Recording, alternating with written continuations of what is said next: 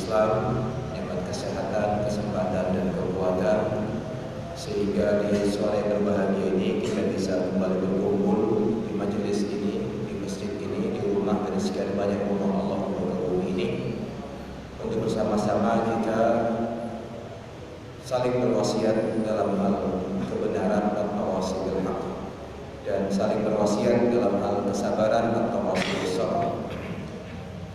Kita ingin duduk untuk melanjutkan perjuangan kita dalam rangka talabul ilmi, dalam rangka menuntut ilmu. Kita ingin duduk untuk terus mengkaji tentang Islam, mempelajari ayat-ayat Allah dan sabda Rasulullah SAW. Tentunya besar harapan kita, mudah-mudahan Allah Azza wa Jalla berkenan mencatat langkah kita ke masjid ini, ke majelis ini sebagai amal ibadah yang diterima di sisinya. Semoga Allah Azza wa Jalla meridai langkah kita, memberkati usia kita, mengampuni dosa kita, memberikan manfaat atas ilmu yang kita pelajari bersama, dan semoga dengan kita belajar Allah pun berkenan menjadikannya sebagai wasilah sekaligus sarana dimudahkannya langkah kita ke surganya kelak. Amin ya rabbal alamin wa ya mujibas sa'ilin. Ya khatul iman rahimakumullah jami'an. Tanpa terasa kita sudah di penghujung bulan Ramadan, karena kita semua menyadari esensi ataupun tujuan akhir tatkala kita melaksanakan perintah Allah, khususnya adalah siam Ramadan. Di ayat yang sering kita dengar, sering kita baca adalah la'allakum tattaqun, agar kalian semua, kata Allah, layak untuk menyandang predikat orang, atau sebagian dari ayat yang berisi perintah Allah itu berakhir dengan kata la'allakum tattaqun, agar kalian menjadi hamba-hamba Allah yang bertakwa.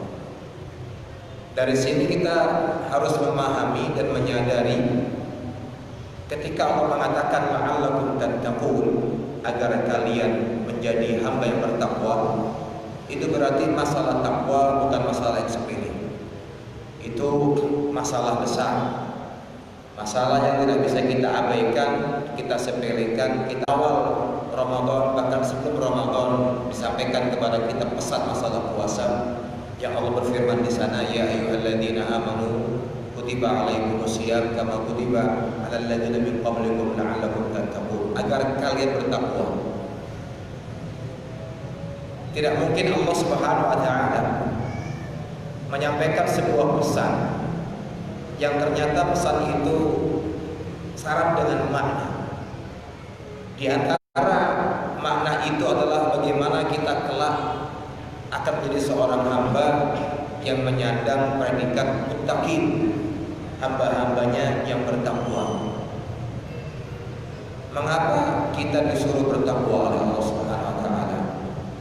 Ada banyak ayat di Al-Quranul Karim yang ternyata bila kita bisa merealisasikan, bisa mewujudkan hakikat takwa dengan sebenar-benarnya, maka akan datang kepada kita sekian banyak balasan, sekian banyak keindahan yang akan dirasakan.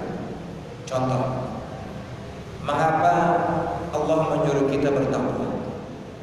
Kalau kita membaca ayat yang kedua di Al-Baqarah, setelah Allah mengatakan alif lam mim dzalikal kitabu la raiba fihi hudal lil muttaqin. Dzalikal kitab, itulah Al-Qur'an, Al-Kitab, la raiba fihi, yang tidak ada keraguan di dalamnya sedikit pun. Hudal lil muttaqin, yang ternyata di antara fungsi Allah memberikan kepada kita Al-Quranul Karim, hudal lil muttaqin, akan menjadi petunjuk hidayah taufik bagi orang-orang yang bertakwa. Ini ternyata kita tidak akan pernah bisa mendapatkan hidayah Allah, petunjuk Allah, wabil khusus hidayah taufik. Kalau kita bicara hidayah taufik, maka itu mengarah kepada hati kita. keteguhan hati kita, kekuatan iman kita, dan keistiqomahan hati kita. Sehingga Allah berikan jawaban hudal lil muttaqin. Poin pertama adalah hidayah Allah, wabil khusus terkait masalah hidayah taufik itu hanya diperuntukkan kepada orang-orang yang bertakwa. Takwa itu kan kalau bahasa simpelnya takut. Takut kepada Allah. Takwa itu kan ketika diidhofahkan, disandarkan kepada Allah. Ketika ada ayat bunyi ittaqullah, fattaqullah, ittaqullah. Banyak ulama ingin menyadarkan kita, banyak ulama ingin mengingatkan kita, tatkala Anda membaca ayat yang berbunyi ittaqullah, takutlah, bertakwalah kepada Allah, itu bermakna takutlah kepada siksa Allah, neraka Allah, murka Allah, amarah Allah, dan pedihnya ancaman dari neraka jahanam yang diancamkan kepada kita. Dan pesan takwa ini tidak hanya Allah berlakukan kepada kita umat Muhammad SAW, bahkan kepada umat sebelum kita pun Allah berwasiat hal yang sama. Walau qad wasaina alladziina utul kitaba min qablikum wa iyyakum an ittaqullah. Jadi kalau kita protes dengan mungkin maaf minim ilmu yang kita miliki, kenapa kok hanya kita yang Allah benar bertakwa? Kok orang sebelum kita nggak ada perintahnya? Ada. Allah sudah mengingatkan kita, ya. Walau qad wasaina alladziina utul kitaba min qablikum wa iyyakum an ittaqullah. Sungguh telah kami wasiatkan, kata Allah, telah kami perintahkan kepada orang-orang ahli kitab sebelum kalian, wa iyyakum, dan kepada kalian juga. Untuk apa? Anittaqullah, agar kalian mau bertakwa. Ini Allah sampaikan kepada kita di petikan surat An-Nisa. Allah katakan di situ, walaqad wasaina alladziina utul kitaba min qablikum wa iyyakum anittaqullah. Allah menggunakan penegasan, penekanan dengan kalimat walaqad, dan sungguh. Ini berarti Allah tidak main-main. Walaqad wasaina, sungguh telah kami wasiatkan, sungguh telah kami perintahkan kepada umat ahli kitab al-Yahud wa Nasara sebelum kalian. Sebelum kalian ada, sebelum kalian lahir, sudah kami perintahkan, kami wasiatkan kepada ahli kitab, wa iyyakum, dan ketika kalian dilahirkan ke muka bumi ini sebagai umat Muhammad SAW, anittaqullah, agar kalian bertakwa kepada Allah Subhanahu wa taala. Kita baru menyadari rahasia mengapa Allah mengatakan kepada kita agar kalian bertakwa. Karena kalau kita sudah bertakwa kepada Allah, takut kepada Allah, takut akan siksa Allah, takut akan neraka Allah, takut akan amarah dan kemurkaan Allah Rabbul Izzah, maka Anda layak pada poin pertama mendapatkan petunjuk Allah. Itu berarti kita sepakat untuk mengatakan bahwasanya hidayah Allah itu tidak ditunggu. Bantahan keras bagi ungkapan sebagian kecil kaum muslimin yang mereka mengatakan, toh nanti kalau Allah kehendaki saya akan diberi hidayah. Karena hanya nunggu waktu saja. Ini sebuah statement yang perlu diluruskan. Sebuah kesalahan bila di antara kita mengatakan nantikan pada akhirnya, bila tiba waktunya Allah akan memberi hidayah taufik. Ini kesalahan fatal. Hidayah Allah itu dicari, diminta, bukan ditunggu. Petunjuk Allah itu dicari dan diminta, dan bukan kita menunggunya. Bahkan Allah merintahkan kita di dalam sholat kita 5 waktu sehari semalam kita ulang-ulang 17 kali. Ihdinas siratal mustaqim. Tunjukilah kami ya Allah ke jalan yang lurus. Jadi kalau ada hamba Allah di muka bumi ini yang berani mengatakan, toh nanti pada akhirnya kalau Allah menghendaki saya akan diberi petunjuk, ini keliru. Karena petunjuk Allah, hidayah Allah harus dan wajib kita minta. Bukan ditunggu, bukan datang dengan ujuk-ujuk tiba-tiba, tidak. Semuanya melewati proses. Di antaranya kita meminta kepada Allah petunjuk. Dan Nabi kita berkali-kali minta sama Allah petunjuk. Itu Nabi. Bagaimana kita yang bukan seorang Nabi, bukan orang yang layak mengklaim punya orang yang soleh. Maka dengan demikian unsur ketakwaan yang kita bina saat ini adalah upaya untuk mendapatkan hidayah Allah. Yang kedua, kalau kita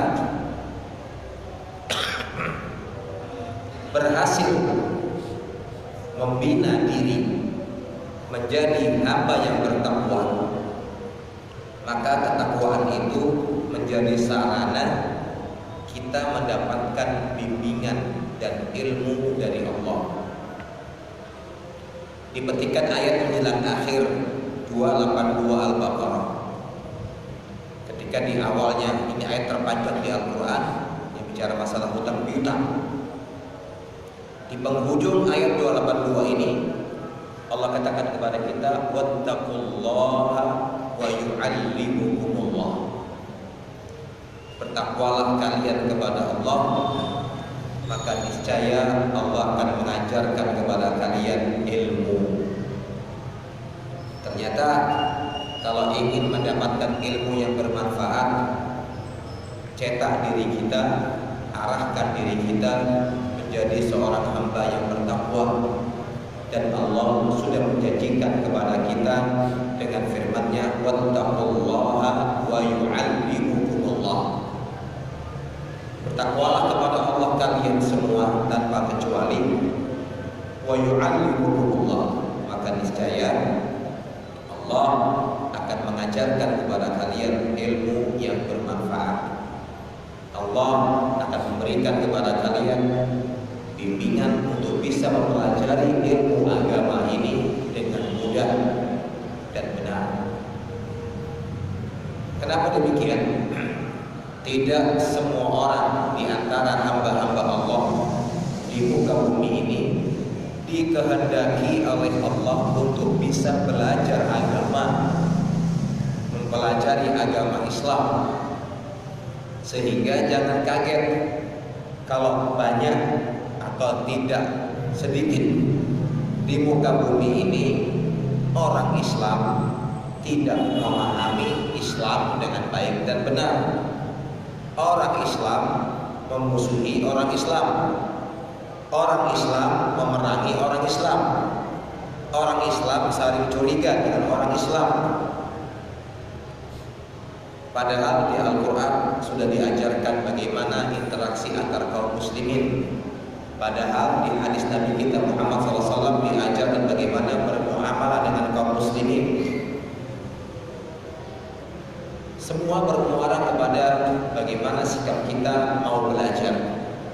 Sehingga kita akan miris kalau ada sebagian kecil kaum muslimin yang mengaku Islam tapi tidak kenal Islam dengan baik dan benar. Karenanya kita harus mengenal Islam itu dengan dalil, bukan seperti ungkapan sebagian orang Indonesia yang mereka mengatakan kita ini kan Islamnya turunan. Sudah menerima apa adanya. Ini statement yang sering kami dengar sekian puluh tahun dan sampai hari ini. Sebagian kecil kaum muslim Indonesia mengatakan kita ini kan Islamnya turunan. Sehingga slogan yang juga tidak jarang mereka ulang, mereka mengatakan sepenting surgane manut nerokone katut. Jadi kalaupun ke surga ya karena manut, kalaupun ke neraka ya karena katut. Mengikuti apa kata nenek moyang, ini yang tidak dibenarkan dalam Islam. Karena itu Allah mengingatkan kita, wattaqullaha wa yu'allimukumullah. Bertakwalah kalian kepada Allah, takutlah kalian kepada Allah, maka Allah akan memberikan ilmu kepada kalian dan mengajari kalian. Rahasia yang ketiga, mengapa kita disuruh bertakwa? Dengan kita bertakwa, maka Allah Azza wa Jalla akan menganugerahkan kepada kita sebuah konsep anugerah pembeda untuk bisa mencermati, melihat mana yang hak, mana yang batil, mana yang benar, mana yang salah, mana yang baik, mana yang buruk. Simak ketika Allah di ayat ke-29 Al-Anfal, Allah mengatakan, ya ayyuhalladzina amanu in tattaqullaha yaj'al lakum furqana. Wahai orang-orang yang beriman, jikalau kalian bertakwa kepada Allah, yaj'al lakum furqana, maka niscaya Allah akan menjadikan buat kalian furqan,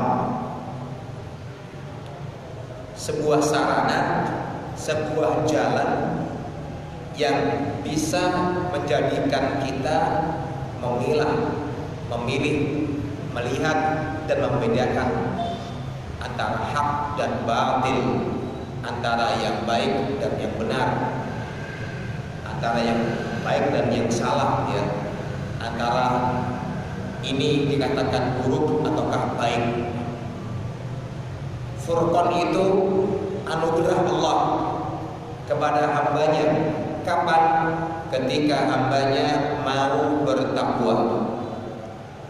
Garis pembeda itu akan diturunkan kepada kita, diberikan kepada kita kalau kita sudah mau bertakwa kepada Allah. Yaj'al lakum furqana, maka niscaya Allah akan berikan kepada kalian sarana, yang sarana itu akan mengantarkan kalian bisa melihat mana yang baik, mana yang buruk. Oh ini baik, ini buruk. Oh ini sunnah, ini bid'ah. Oh ini tauhid, ini syirik. Ini layak, ini tidak layak. Ini benar, ini salah, dan seterusnya. Lalu poin yang berikutnya, yang keberapa tadi? Ada 3 ya. Sekarang yang keempat, tatkala kita bertakwa kepada Allah Subhanahu wa taala, ternyata bila Anda menjadi hamba yang bertakwa, maka Anda layak untuk menjadi penghuni surga.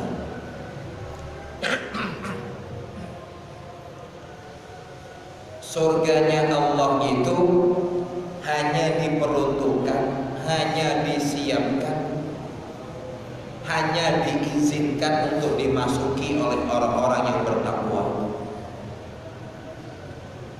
Coba kita bawa kembali memori kita membaca ayat ke-133 Ali Imran. Wasari'u ila maghfiratin min rabbikum wa jannatin arduha as-samawati wal ardu uiddat lil muttaqin.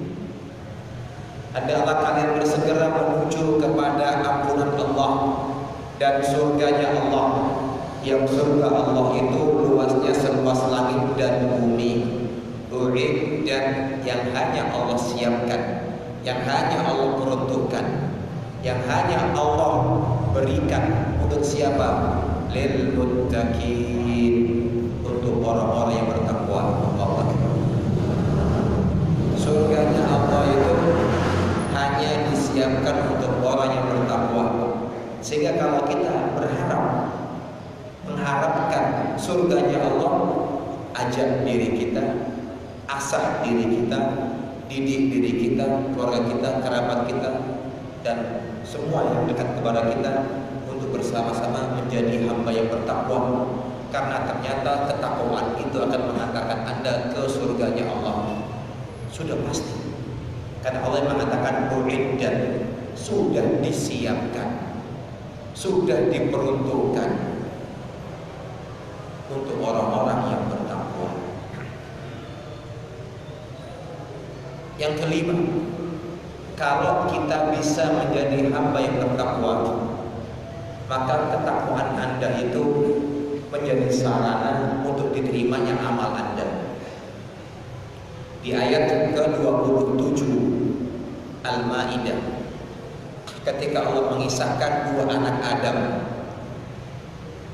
di penghujung ayat itu dikatakan, innama yataqabbalullahu minal muttaqin. Sesungguhnya, sejatinya, sebenarnya Allah hanya berkenan untuk menerima amalan-amalan dari hamba-hambanya yang bertakwa. Perhatikan dengan baik ayat 27 di Al-Maidah tadi itu. Ketika Allah menegaskan kepada kita, innama yataqabbalullahu minal muttaqin.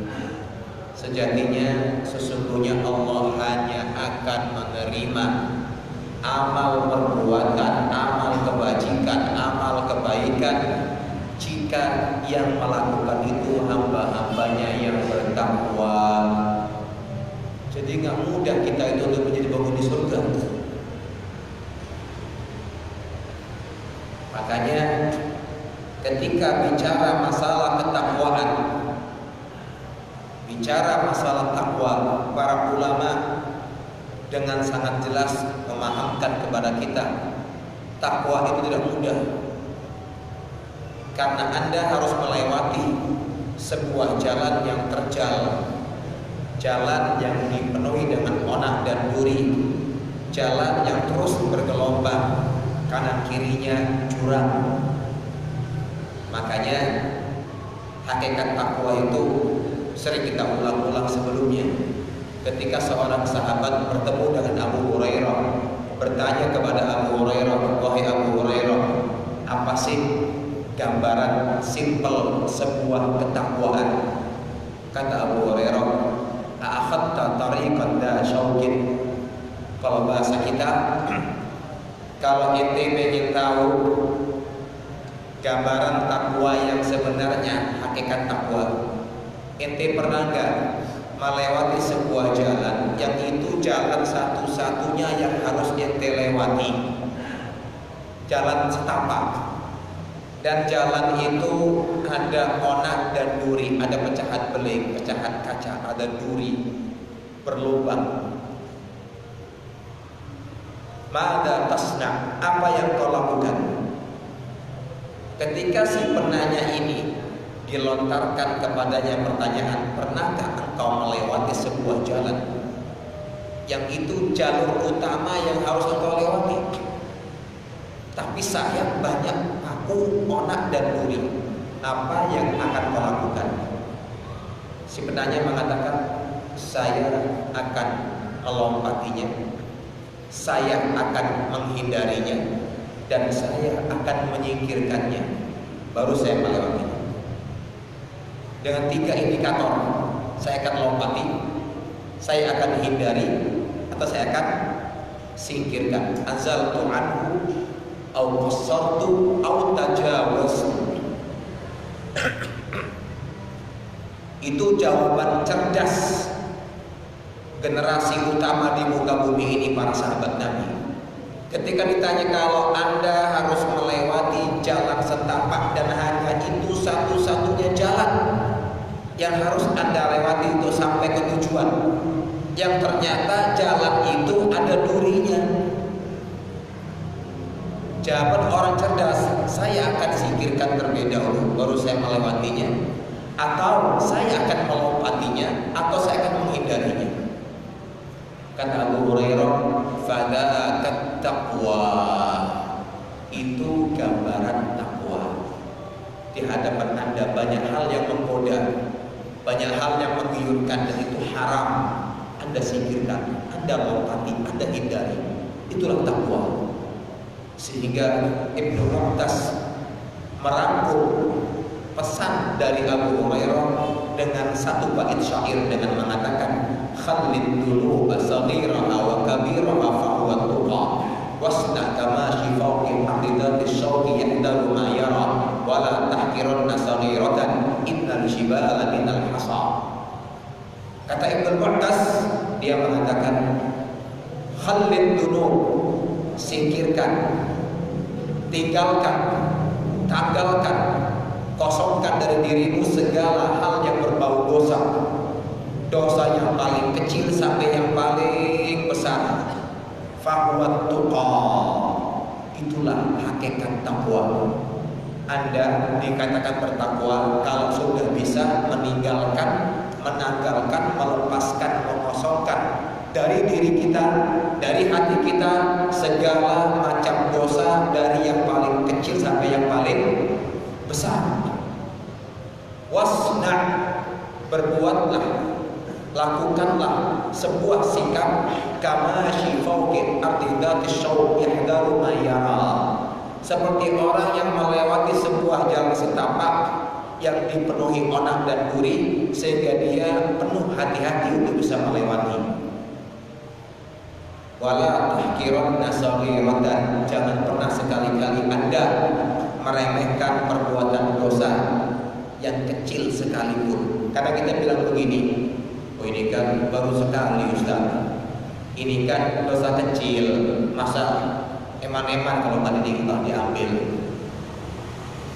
Kata para ulama, dosa besar itu bermula dari dosa kecil. Tumpukan gunung pasir, ya, debu yang bertumpuk itu berawal dari butiran kecil kerikil yang dihembus angin.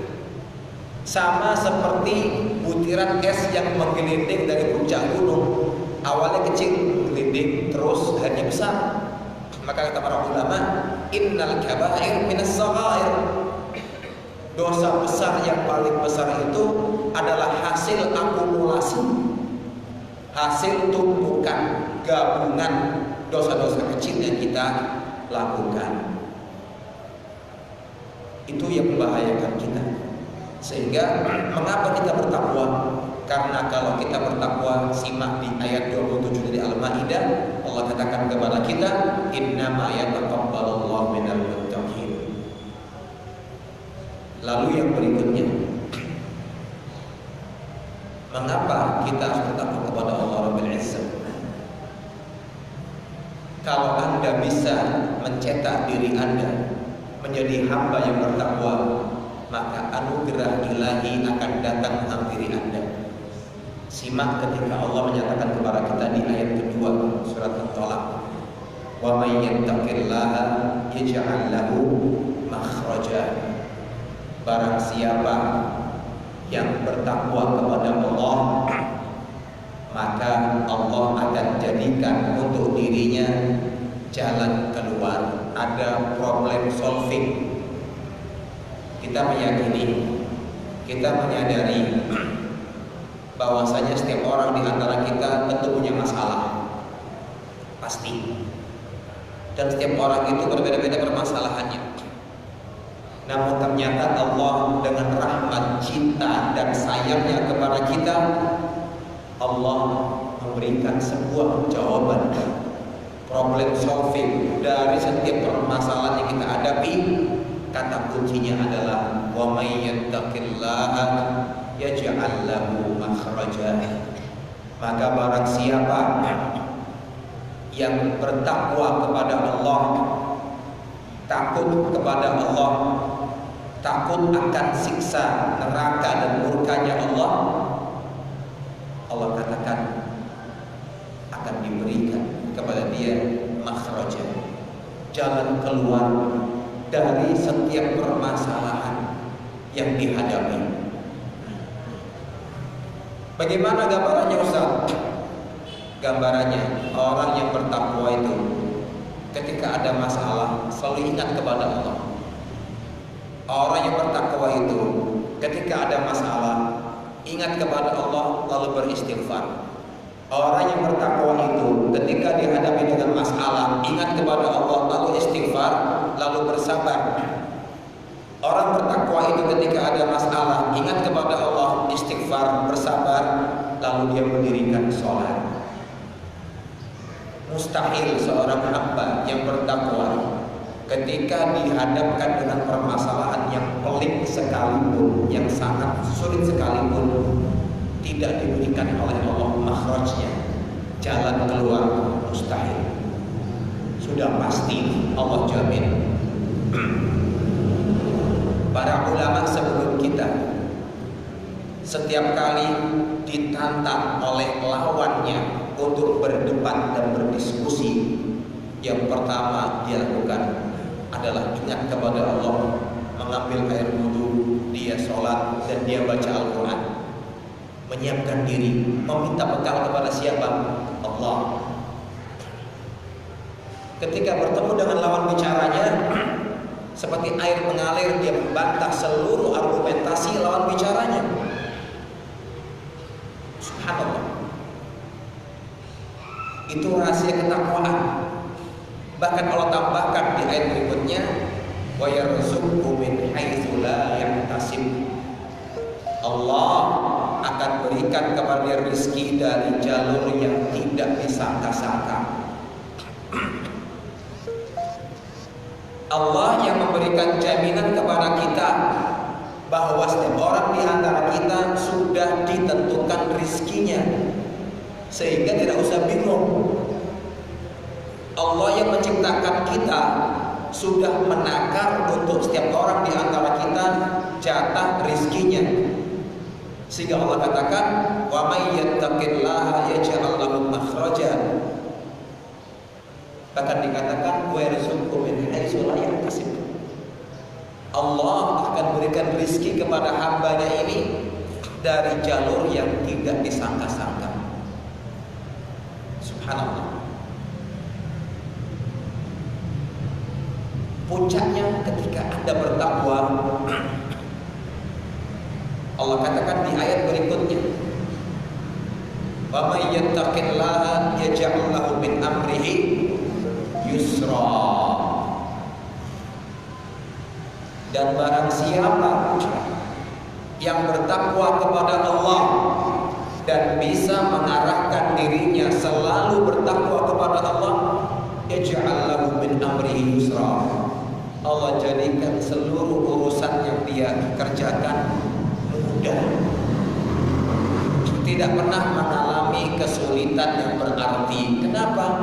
Dia bertakwa kepada Allah, dia takut kepada Allah, dia patuh kepada Allah, dia taat kepada Allah, dia laksanakan semua perintah Allah, dan dia jauhi seluruh larangan-larangan Allah, sehingga Allah berikan jaminan yaj'al min amrihi yusra. Allah jadikan seluruh urusannya menjadi mudah. Allah mudahkan semuanya. Subhanallah. Yaj'al min amrihi yusra. Allah jadikan seluruh urusan dia itu menjadi mudah. Kenapa? Dia sudah bisa mewujudkan hakikat takwa. Dia sudah berhasil mendidik dirinya jadi seorang hamba yang bertakwa, sehingga sekian banyak anugerah Allah akan datang kepada dia, dari petunjuk Allah, surganya Allah, diterima amal ibadahnya, diberikan ilmu oleh Allah, dimudahkan dengan ilmu agama, diberikan pembeda dari hak dan yang batil. Bahkan Allah katakan diberikan solusi dari setiap masalah dihadapi. Yang ketujuh, Allah berikan kemudahan atas segala urusannya. Itu ketakwaan. Buah dari ketakwaan, di mana banyak rahasia dari ketakwaan yang kita belum tahu sebelumnya. Yang kalau kita mau cermat, memahami, menghayati ayat-ayat Allah yang berbicara masalah takwaan, ternyata begitu indah dan manis buah dari ketakwaan yang kita akan raih kalau kita mau melaksanakan perintah takwa tadi. Ingat, Nabi kita Muhammad SAW tidak pernah berhenti memohon kepada Allah dengan doa yang begitu indah yang barangkali di antara kita sudah sering melafadzkannya, sudah sering membacanya. Allahumma ati nafsi taqwaha. Kita kalau mau jujur, Nabi itu orang yang terbaik dalam hal ketakwaan, orang yang tertinggi level ketakwaannya, sehingga Nabi selalu mohon kepada Allah dengan doa yang begitu indah.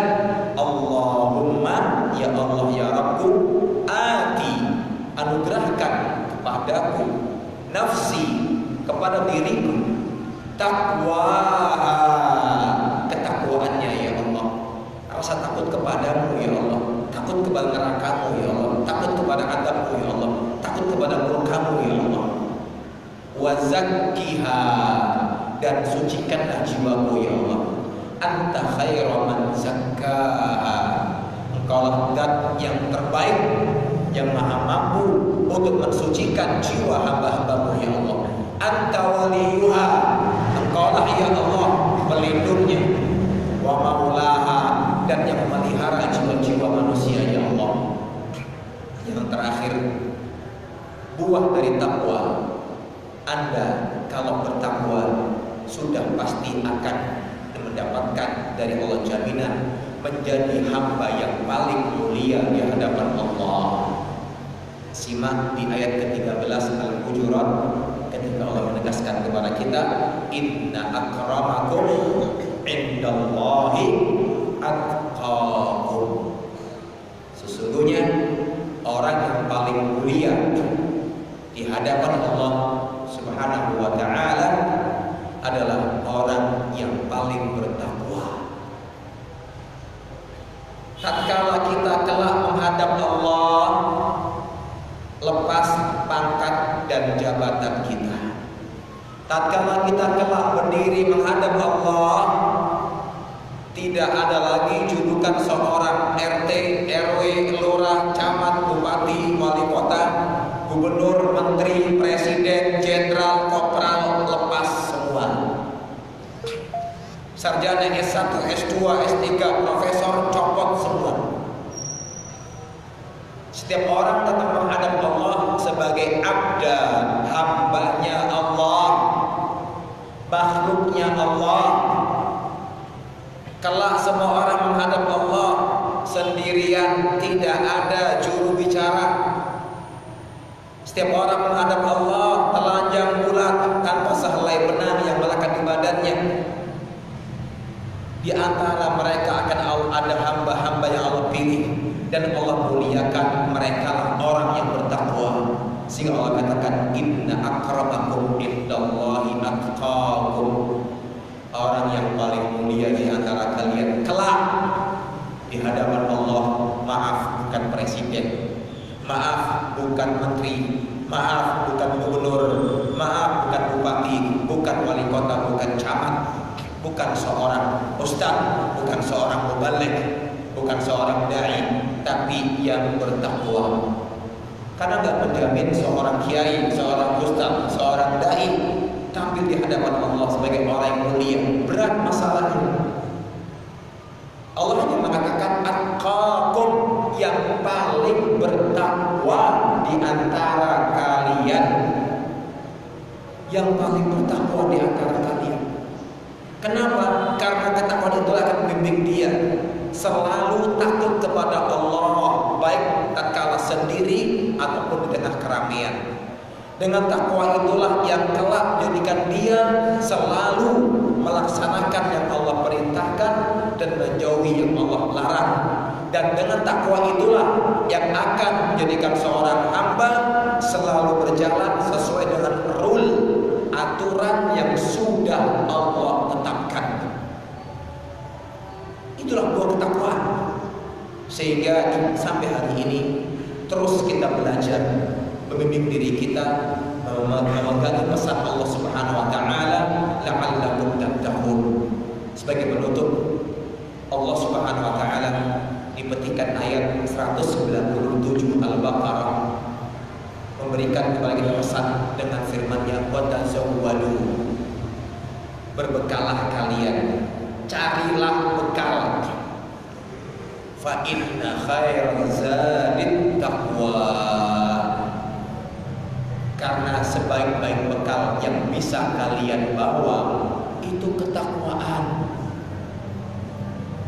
Wa tazawwadu. Ketika Allah berbicara masalah amalia haji dan manasik haji, Allah masih mengingatkan mereka para jamaah haji yang sedang melaksanakan haji dengan firman-Nya, wa tazawwadu, berbekalah kalian. Fa inna khairaz zadit taqwa. Karena sebaik-baik bekal adalah ketakwaan. Dan ingat saudaraku, innal muttaqina fi jannatin wa uyun. Orang yang bertakwa itu akan mendapat kenikmatan di surga Allah dan mata air yang terus mengalir dengan segala kenikmatan. Ingat saudaraku, takwa itulah yang kelak akan mengantarkan kita menjadi hamba yang akan mulia di hadapan Allah dari sekian banyak hamba Allah di muka bumi ini. Pada akhirnya mudah-mudahan Allah Azza wa Jalla berkenan memberikan kepada kita hidayah taufiknya, petunjuknya, memberikan kepada kita kemudahan dalam segala urusan, jadikan kita hamba yang bisa menyempurnakan puasa yang tinggal menghitung hari di hadapan kita ini adalah mudah-mudahan Allah Subhanahu wa taala menerima seluruh amal ibadah kita, mengampuni semua dosa kita, dan menjadikan kita beserta keluarga kita sebagai penghuni surganya. Allahumma amin. Aqulu qouli hadza walhamdulillahi rabbil alamin. Subhanakallahumma bihamdika asyhadu an la ilaha illa anta astaghfiruka